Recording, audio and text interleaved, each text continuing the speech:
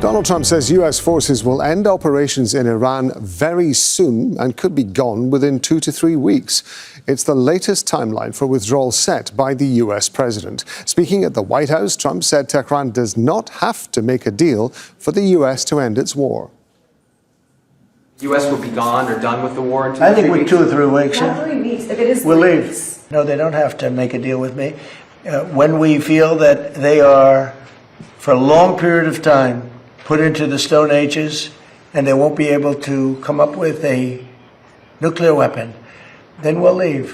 Whether we have a deal or not, it's irrelevant.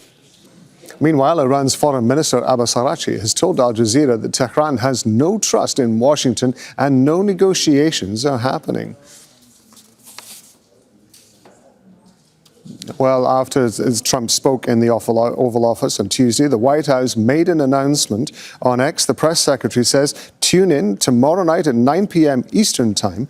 President Trump will give an address to the nation to provide an important update on Iran. Rosiland Jordan reports from Washington, D.C. He talked about several dynamic elements of the war on Iran, including the fact that regime change had not been one of the U.S.'s original goals when it started the airstrikes on February 28th. But he said several times there has been regime change, and the people who are now running the country are people with whom the U.S.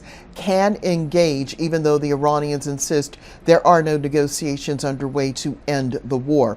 One thing that Donald Trump also talked about was the fact that in the U.S.'s view, Iran's ability to try to build a nuclear weapons program has been set back 15 to 20 years, although he did not present any concrete evidence to that point. What he did not stress, however, was what would happen at the end of any such conflict to the uranium stockpile, more than 600 kilograms of processed enriched uranium. Who would take control of it? Would it be removed from the Iranian territory? And what else needed to be done to secure that stockpile? Does that mean U.S. ground troops are going in? That's another point that Donald Trump did not touch. You're going to get the view from Tehran now. Tohid Asadi joining us live. Donald Trump saying U.S. forces could end operations in Iran very soon, and also that apparently Tehran does not have to make a deal for the U.S. to end the war. Do we have any response yet from Tehran on those messages from Donald Trump? Well, actually, no official direct response to that statement, but what we hear from Iranians, and specifically Foreign Minister Abbas Araghchi, is readiness for a prolonged war of attrition on the one hand, and that Iran is not going to negotiate with the United States directly on the other. But still, we know that there are mediated communications via different countries, including Pakistan. And again, on that, Iran came out to call the 15-point proposal by Washington to be maximalist and extremely unreasonable. So diplomatically speaking, it seems that the two sides are poles apart. And of course, when it comes to the battlefield, we see the continuation of the airstrikes from both sides. Americans and Israelis are continuing their campaign of airstrikes. Over the past 24 hours, we witnessed the sustained nature of these airstrikes on the one hand, and on the other, Iranians are talking about their retaliatory strikes. But speaking of the context, we have to keep in mind that it's not easy for Iranians to talk to Americans, and specifically to Trump administration, first due to the complex nature of the issue and so many knots to be untangled, including the Strait of Hormuz, including the continued nature of airstrikes and other issues. And second, we know that there is a historical context to that.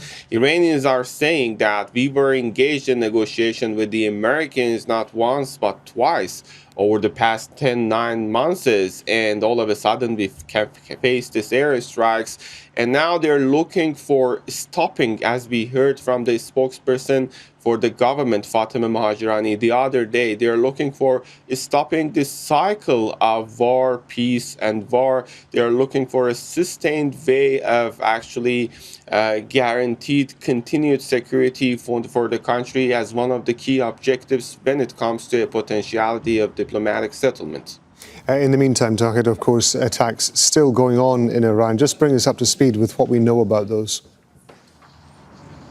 Yeah, latest is the continued the air strikes across the capital. We saw that specifically in cities near the Tehran, the capital.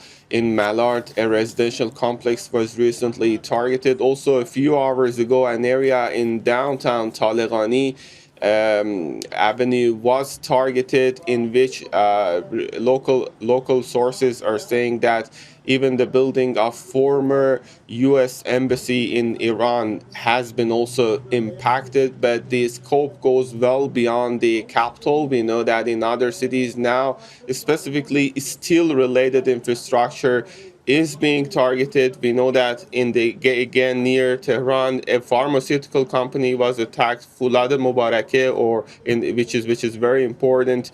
Still, a facility was targeted, as well as Bandar Abbas, Burujen, and Bushehr, in which other infrastructural places have been impacted or directly hit. Tohid Asadi there in Tehran. Thank you very much.